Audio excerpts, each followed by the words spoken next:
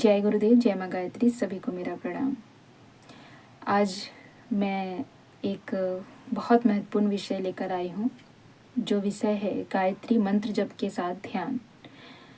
ये प्रश्न बहुत समय पहले एक भैया ने मुझसे पूछा था कि दीदी आप गायत्री का ध्यान कैसे करती हैं और हमें कैसे गायत्री मंत्र जप के साथ ध्यान करना चाहिए। मैं उन भैया से क्षमा मांगूंगी कि बहुत विलम्ब कराया मैंने और आपको इतने समय बाद में रिप्लाई दे रही हूँ, उसके लिए बहुत बहुत आपसे क्षमाशील हूँ, क्योंकि थोड़ा मुझे वक्त नहीं मिल पा रहा था, इसलिए शायद मैं इस विषय पे नहीं आपको वीडियो बना के बता पाई। पर आज मैं आपको उसकी पूर्ण जानकारी दूंगी कि कौन कौन से ध्यान करने चाहिए, जप के साथ ध्यान क्यों आवश्यक है। और पूज्य गुरुदेव ने 2 ध्यान बताए हैं, एक निराकार ध्यान, साकार ध्यान। इन दोनों में अपनी मनोभूमि को कैसे बनानी है, किस प्रकार के भाव अपने अंदर जगाने हैं, हमारी कल्पना शक्ति में क्या कल्पनाएं करनी है, हमारे इमेजिनेशंस क्या होने चाहिए और किस प्रकार से साकार ध्यान में हम ईश्वर से जुड़ेंगे, किस प्रकार से निराकार ध्यान में हम ईश्वर से जुड़ पाएंगे, इन सब को मैं आपको बताऊंगी। सबसे पहला प्रश्न था कि आपने मुझसे पूछा था कि मैं जो साधना करती हूँ, मैं जो ध्यान करती हूँ गायत्री मंत्र के साथ, तो उसमें मैं कैसे ध्यान करती हूँ। तो देखिए, ध्यान एक तो हम जप के साथ करते हैं और एक ध्यान होता है जो बिना जप के भी हम करते हैं। जैसे पूज्य गुरुदेव ने बहुत से ध्यान बताए हैं, जैसे पंचकोशी ध्यान है, अमृत वर्षा ध्यान है, आज्ञा चक्र का ध्यान है, 3 शरीर का ध्यान है। तो ये जो ध्यान पूज्य गुरुदेव ने बताए हैं, इनमें से आप कोई भी ध्यान कर सकते हैं। सबकी टाइमिंग अलग अलग है, यानी कोई 20 मिनट का है, कोई 35 मिनट का है, कोई 25 मिनट का है। मैंने लगभग सभी ध्यान को कुछ कुछ समय के लिए किया है, तो मैं यही सजेस्ट करूँगी कि जो पूज्य गुरुदेव का ध्यान है, कुछ कुछ समय के लिए आप उसको अवश्य कीजिए। यानी कि आप एक ध्यान को एक बार पकड़िए, क्योंकि सभी ध्यान एक साथ करना संभव नहीं होता है और फिर आप अनुभव भी नहीं कर पाएंगे। तो जैसे अमृत वर्षा का ध्यान है, तो अमृत वर्षा में जो पूज्य गुरुदेव बताते हैं कैसे कैसे हम अमृत का अनुभव कर सकते हैं केवल ध्यान के माध्यम से। पंचकोशी ध्यान है, हमारे जो 5 कोश हैं उसके ऊपर पूज्य गुरुदेव ने बताया है कि पंचकोशी ध्यान में हम अपने 5 कोशों को कैसे बल प्रदान कर सकते हैं। तो पूज्य गुरुदेव की जितनी भी ध्यान हैं, आप उनमें से कोई भी एक ध्यान चुन लीजिए जो आपको सही लगता है, आपके अनुसार, जिस पर आप समय दे सकते हैं, जिसमें आपके भाव गुरुदेव के विचारों से कनेक्ट हो पाते हैं। पहली बात, ये अलग ध्यान हो गया। और दूसरा ध्यान है कि जब आप जप करते हैं, जब आप माला जपते हैं, तब आपको गायत्री मंत्र जपते समय जो ध्यान करना होता है, तो उस ध्यान को आप कैसे करें। तो जो पहला ध्यान था वो मैंने आपको बताया, वो आपको शांति कुंज के चैनल पे वो सारा ध्यान मिल जाएगा पूज्य गुरुदेव का। आप उसमें से जाके कोई भी डाउनलोड करके रख लीजिए या वहाँ से सुन सकते हैं। दूसरा चीज़ कि कई बार हम ऐसी चीज़ों के साथ भी अपनी ध्यान कनेक्ट कर लेते हैं जो बहुत से लोग नहीं कर पाते हैं। जैसे मैं बताऊं कि कभी किसी भजन के साथ हमारा ध्यान जुड़ जाता है। जैसे मेरा एक फेवरेट भजन है, जब कभी हारे थके। तो ये जो ध्यान है, जब कभी हारे थके अनुभव करोगे, तब तुम्हारे पास हूँ एहसास होगा। आर्त स्वर में जब कभी कुछ भी कहोगे। तो ये वाली जो भजन है ना, जब इसको मैं सुनती हूँ, 15-16 मिनट का ये भजन है, तो इसमें गुरुदेव और माता जी के साथ कनेक्ट हो जाते हैं। अब ये सबके साथ नहीं होगा, आपने मुझसे पूछा है इसलिए मैं आपको बता रही हूँ। तो मैं किसी भी चीज़ के साथ ध्यान को कनेक्ट कर लेती हूँ। जैसे भजन है, कोई नाम जप है, ज़्यादातर भजन के साथ कनेक्शन हो जाता है, चाहे वो किसी भी ईश्वर के भजन क्यों ना हो, तो हम उनसे कनेक्ट कर लेते। कनेक्ट कैसे करते हैं? उनके शब्दों पर ध्यान देकर। आप इस भजन को सुनिएगा, जब कभी हारे थके अनुभव करोगे, तब तुम्हारे पास हूँ एहसास होगा। तो इसमें ऐसा लगता है कि जैसे ही आप अपनी आंखें बंद करेंगे तो आपको ऐसा महसूस होगा कि ये पूज्य गुरुदेव और माता जी कह रही हैं और वो हमारे सामने हैं। अब हो सकता है ये सारे जो कल्पनाएं हैं वो सभी के नहीं हो सकते हैं, पर जो लोग ध्यान से कनेक्ट होते हैं वो कर पाते हैं। तो एक तो ये ध्यान की मैंने आपको अपनी बताई कि मैं कैसे ध्यान करती हूँ। दूसरा, जप के साथ मैं निराकार ध्यान भी कर लेती हूँ, साकार ध्यान भी कर लेती हूँ। मैं दोनों के विषय में आपको आगे बताऊंगी कि निराकार ध्यान कैसे करते हैं, साकार ध्यान कैसे करते हैं। अब दूसरी जो महत्वपूर्ण बात है कि मैं कैसे करती हूँ, उस ध्यान के अनुसार आपको अपना ध्यान नहीं करना है। क्यों नहीं करना है? किसी और की कल्पना के हिसाब से आपको अपना ध्यान नहीं करना है। क्यों नहीं करना है? क्योंकि हर किसी की कल्पना शक्ति अलग होती है। हर कोई अपने हिसाब से ईश्वर से कनेक्ट होता है। तो आपको भी ईश्वर के साथ अपनी भावनाओं के साथ कनेक्ट होना होता है। आप मेरे हिसाब से ईश्वर से कनेक्ट नहीं हो सकते। जैसे आपको माँ गायत्री का प्रेम चाहिए, तो एक पुत्र अपनी माँ से क्या अपेक्षाएं रखता है?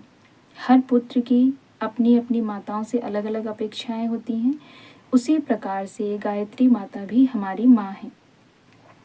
तो गायत्री माता से हर बच्चा, जो इतने करोड़ों अरबों उनके बच्चे हैं, हर बच्चे की अलग अलग अभिलाषाएं होंगी, अलग अलग कामनाएं होंगी, अलग अलग उनके भाव होंगे। तो वो उन्हीं के अनुसार जुड़ते हैं। दूसरी चीज़ और ये बताऊं कि हम अपनी साधना कैसे करते हैं, हम अपनी साधना में किन चीज़ों को जोड़ते हैं, ये सब चीज़ें आपको रिवील नहीं करनी चाहिए। हालांकि आप लोगों को समझाने के लिए कभी कभी मुझे अपने विषय में बहुत कुछ बता देना पड़ता है, पर वास्तव में देखा जाए तो इन चीज़ों को रिवील नहीं करना चाहिए। तो आप लोग भी आगे से इस बात का ध्यान रखिएगा कि आप अपनी साधना कैसे करते हैं, कितनी जप संख्या करते हैं, प्रतिदिन कितना जप करते हैं, कितनी संख्या में आप अपने जप को बढ़ाते हैं, घटाते हैं, किस प्रकार से करते हैं। कभी भी ये चीज़ आप किसी से भी मत कहिएगा, क्योंकि इन चीज़ों को हमेशा हिडन रखना चाहिए, गुप्त रखना चाहिए। क्यों? क्योंकि बहुत सारी फिर बाधाएं उत्पन्न होने लगती है और फिर उन बाधाओं से प्रभावित होकर आपकी वो चीज़ें प्रभावित होती हैं, आपकी वो साधनाएं प्रभावित होती हैं।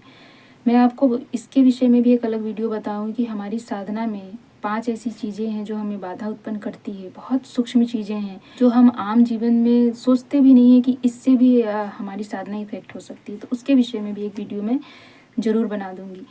पर आप कैसे ध्यान करते हैं, कैसे पूजा करते हैं, कैसे क्या करते हैं? मैं कोई बहुत बड़ी साधक नहीं हूँ, मैं भी आप लोगों की तरह ही हूँ। फिर भी मैं और आप, हम सब जो कुछ भी करते हैं उसको गुप्त रखना चाहिए। और जो कुछ मैं आपको बताती हूँ आप भी किसी को बता सकते हैं। पूज्य गुरुदेव की किताबों को पढ़ के जैसे ही आप अपने जीवन में स्वाध्याय लाएंगे आप उसको बता सकते हैं। इसका अर्थ ये नहीं है कि मैं बहुत बड़ी साधक हूँ या बहुत ज़्यादा इस चीज़ में आगे चली गई। मैं भी आम हूँ आप लोगों की तरह ही, इसीलिए मैं स्वाध्याय ज़्यादा करती हूँ। तो स्वाध्याय के हिसाब से आप लोगों को हर एक विषय के बारे में बता पाती हूँ। तो ये तो आप समझ गए कि मैं कैसे क्या करती हूँ, थोड़ा बहुत मैंने आपको बता दिया। अब आगे अपने स्वयं के भाव क्रिएट कीजिए, अपने स्वयं की भावनाओं को बाहर निकालिए। माँ से कैसे जुड़ना है, इस भाव को आप दबाइए मत, उसको बाहर कीजिए। तो जिस प्रकार से आप अपने भाव को प्रदर्शित करना शुरू करेंगे, बहुत से लोग होते हैं झिझकते हैं, उनको भगवान के सामने अपने आप को प्रदर्शित करने नहीं आता है, अपने आप को खोलना नहीं आता है। तो अपने दिल को खोलिए, अपने मन को खोलिए, अपने आप को खोलिए और भगवान के सामने रख दीजिए। और फिर देखिए जो आपके भाव क्रिएट होते हैं वो आपके ध्यान में कन्वर्ट हो जाते हैं। तो इस प्रकार से आपको अपनी मन स्थिति बनानी है, आपको ध्यान करना है। जैसे फॉर एग्जांपल लीजिए कि माँ गायत्री हमारे सम्मुख है। कल्पना कीजिए कि माँ गायत्री हमारे सम्मुख हैं, कमल पे विराजमान हैं और उनके शरीर से इतना तेज निकल रहा है। तो फिर आप जब उनके सामने हैं, माँ गायत्री स्वयं आपके सामने आ गई हैं, तो उस समय आप क्या करेंगे? बस वही कल्पना आप ध्यान में भी कीजिए कुछ लोग कहेंगे कि हम माँ के चरण पकड़ लेंगे, कुछ लोग कहेंगे कि हम माँ के गोद में बैठ जाएंगे, कुछ लोग कहेंगे कि हमारी अश्रुधारा निकल जाएगी, कुछ लोग अनेक अनेक प्रकार की बहुत सारी चीज़ें, सबकी अलग अलग कल्पनाएं होंगी। तो उन्हीं कल्पनाओं के आधार पर आपको जप के साथ ध्यान जोड़ना है। यानी कि आपके होठ, आपकी जिह्वा, आपके कंठ से मध्यम स्वर तो निकल रहे हैं, साथ ही साथ आपकी भावनाएं जो हैं माँ के साथ हिलोरे मार रही हैं, माँ के साथ घुल मिल रही हैं। आपकी कल्पना शक्ति में केवल माँ ही माँ है। आप चाहे माँ के साथ जो भी इमेजिन कर रहे हैं, आपके जब के पूरे टाइम में माँ आपके दिमाग में घूम रही हैं, यानी कि आपका ध्यान गायत्री माता में ही है, कुछ और सोचने की आपको समय नहीं है। तो इस प्रकार से आपको ध्यान करना है। अब और भी इसमें आप अपने हिसाब से जो जोड़ना चाहते हैं जोड़ सकते हैं। अब देखिए, कल्पना का कोई अंत नहीं होता है। सपोज दैट कि हमारे सामने पूज्य गुरुदेव खड़े हैं, या यूं समझिए कि हमारे घर पर पूज्य गुरुदेव आ गए हैं। अब आप क्या करेंगे? आपके सम्मुख आपके आराध्य आ गए हैं, अब आप क्या करेंगे? बस वही इमेजिन आपको करनी है।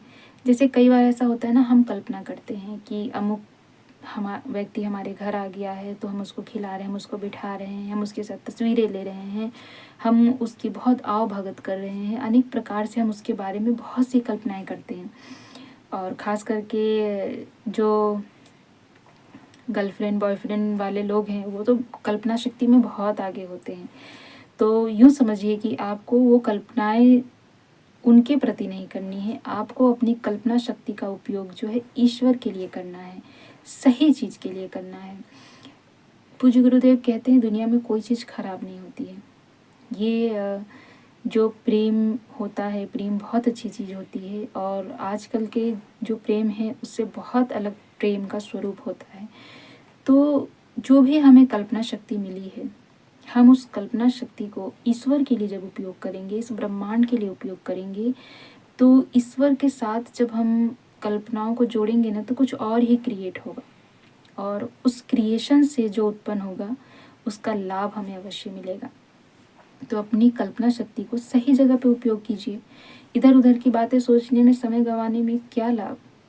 उसको अगर आप ईश्वर के साथ जोड़ेंगे, जब भी मन खाली है आप ईश्वर के विषय में सोचिए, जब भी मन आपको खाली लगता है, आपको कुछ भी बात कहनी है, आप ईश्वर को अपना साथी बना लीजिए और उसके साथ कनेक्शन बनाइए।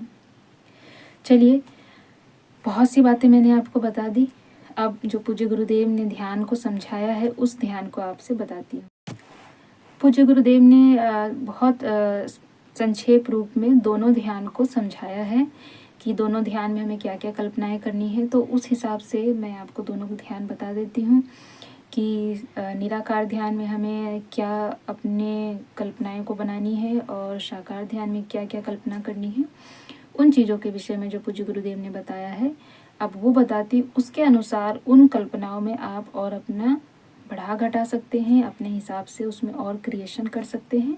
ये आपके ऊपर निर्भर है। मैंने क्योंकि बहुत स्पष्ट रूप में समझाया है, आपको बहुत ही गहराई से आपको समझाया है कि कैसे आपको ध्यान करना है और कैसे आपको ईश्वर के साथ कनेक्ट करना है। अब भी अगर आप नहीं समझें तो फिर कमेंट कर लीजिएगा कि क्या नहीं समझ आया, उसको फिर से समझा देंगे। हम तो आपकी सेवा के लिए हैं, बिल्कुल आपको समझाएंगे, बार बार समझाएंगे। जिस प्रकार से आप समझेंगे समझाएंगे, कभी आपको मना नहीं करेंगे कि नहीं समझाएंगे।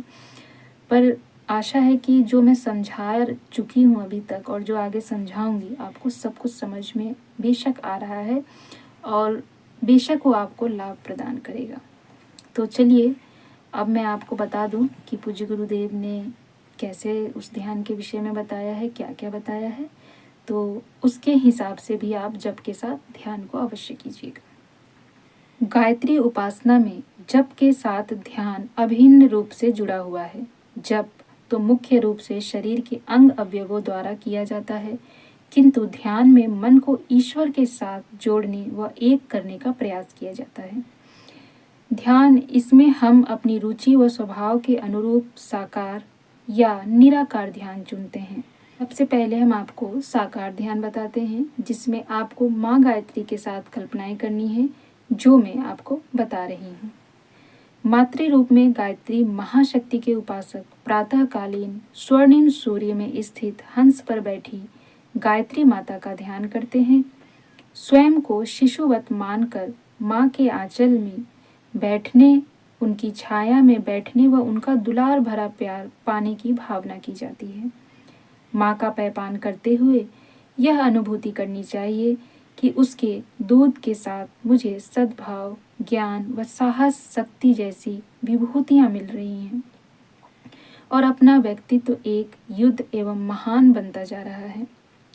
स्मरण रहे, इस ध्यान धारणा में कल्पित गायत्री माता एक नारी मात्र नहीं है, वरन समस्त सद्गुणों, सद्भावनाओं व शक्ति सामर्थ्य की स्रोत ईश्वरीय शक्ति है।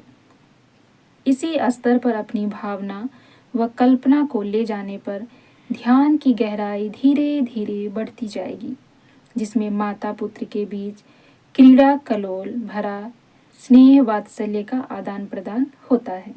यह ध्यान धीरे धीरे भावभूमि में उतरता जाएगा। अपनी प्रौढ़ता को भुलाकर बालक रूप में अपनी भाव धारणा बनाने लगे तो समझना चाहिए कि साधना की एक बड़ी मंजिल पार कर ली है। माता के पैपान में भावना उठनी चाहिए कि यह दूध एक तेजस्वी प्राण है जो मेरे अंग प्रत्यंग ही नहीं वरन मन, बुद्धि और हृदय में जड़ जमाए कुविचारों व दोषों, दुर्गुणों को भस्म कर रही है। इस पैपान का प्रभाव एक कायाकल्प करने वाले संजीवनी रसायन जैसा हो रहा है। मैं शुद्ध बन रहा हूँ। मैं शूद्र से महान, नर पशु से नर पिशाच, नर मानव से देव मानव, नर से नारायण के रूप में विकसित हो रहा हूँ। ईश्वर के सभी सद्गुण मेरे व्यक्तित्व के अंग बनते जा रहे हैं। मैं तीव्रता से श्रेष्ठता की ओर बढ़ता जा रहा हूँ। मैं तेजी से पवित्रता, प्रखरता और आत्मविश्वास से भरता जा रहा हूँ। तो ये हो गया साकार ध्यान। अब आपको हम निराकार ध्यान बताते हैं कि निराकार ध्यान में आपको कैसे ध्यान करना है। चलिए निराकार ध्यान देखते हैं। निराकार ध्यान में गायत्री के देवता सविता का ध्यान प्रातः उगते हुए सूर्य के रूप में किया जाता है। भाव किया जाता है कि आदि शक्ति की आभा सूर्य की किरणों के रूप में अपने तक चली आ रही है और हम इसके प्रकाश के घेरे में चारों ओर से घिरे हुए हैं। ये प्रकाश किरणें धीरे धीरे शरीर के अंग प्रत्यंगों में प्रवेश कर रही है और इसे पुष्ट कर रही है। जिहार, जनेंद्रिय, नेत्र, नाक, कान आदि इंद्रियां इस तेजस्वी प्रकाश से पवित्र हो रही है और इनकी असंयम वृत्ति जल रही है। शरीर के स्वस्थ, पवित्र और स्फूर्तिवान होने के बाद स्वर्णिम सूर्य किरणों के मन मस्तिष्क में प्रवेश की भावना की जाती है। इस तेजस्वी प्रकाश के प्रवेश होते ही वहां छाए असंयम, स्वार्थ, भय, भ्रम रूपी जंजाल का अज्ञान अंधकार छट रहा है और वहां संयम, संतुलन व उच्च विचार जैसी विभूतियां जगमगा रही हैं। मन और बुद्धि शुद्ध व सजग हो रही हैं, जिसके प्रकाश में जीवन लक्ष्य स्पष्ट हो रहा है। मन मस्तिष्क के बाद गायत्री शक्ति की प्रकाश किरणें भावनाओं के केंद्र हृदय स्थल में प्रवेश कर रही है। आदि शक्ति की प्रकाश रूपी आभा के उतरने के साथ जीवन का अधूरापन समाप्त हो रहा है। उसकी क्षुद्रता, संकीर्णता, तुच्छता को दूर करके वह अपने समान बना रही है।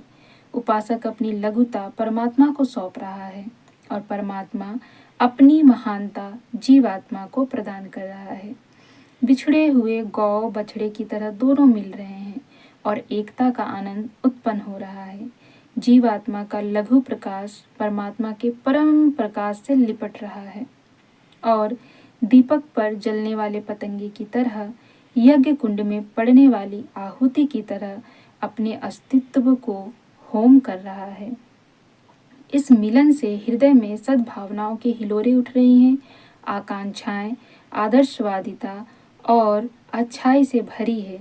ईश्वरीय संदेशों और नेक रास्ते पर चलने का संकल्प दृढ़ हो रहा है।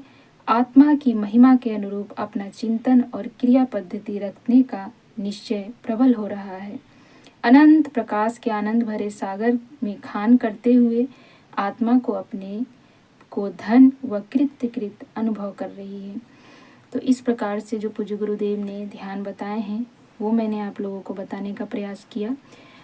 अब इसके माध्यम से आपको जो ध्यान सही लगता है, जिसमें आपकी ज़्यादा भावनाएं प्रगाढ़ होंगी, इसके अनुसार जो ध्यान आप कर सकते हैं, जिसमें आपकी भावनाएं ज़्यादा जुड़ेंगी, तो उसको आप करने का प्रयास कीजिएगा और जप के साथ ध्यान कीजिएगा। और सभी प्रकार से मैंने गायत्री मंत्र के जप के साथ ध्यान कैसे करना है इसको बताने का प्रयास किया है। तो इसके हिसाब से आप अपनी गायत्री साधना में जप को करते समय ध्यान को जरूर शामिल करें। साथ ही साथ जो पूज्य गुरुदेव के और भी बहुत सारे ध्यान अलग अलग हैं उसको भी करने का प्रयास कीजिएगा, परंतु जप के साथ ये निराकार ध्यान और साकार ध्यान अवश्य करिए। और जो आपको सही लगता है वो कीजिए, दोनों भी कर सकते हैं। जैसी आपकी मनोभावनाएं बन रही हैं उस प्रकार से आपकी ध्यान धीरे धीरे प्रबल होती जाएगी। आज के लिए सिर्फ इतना ही। आशा है कि आपको ये जानकारी पसंद आई होगी, तो इसे लोगों तक भी शेयर कर दीजिएगा, लाइक कर दीजिएगा, चैनल को सब्सक्राइब कर लीजिएगा और ज़्यादा से ज़्यादा लोगों तक इस इन्फॉर्मेशन को ज़रूर पहुंचाइएगा। जय गुरुदेव।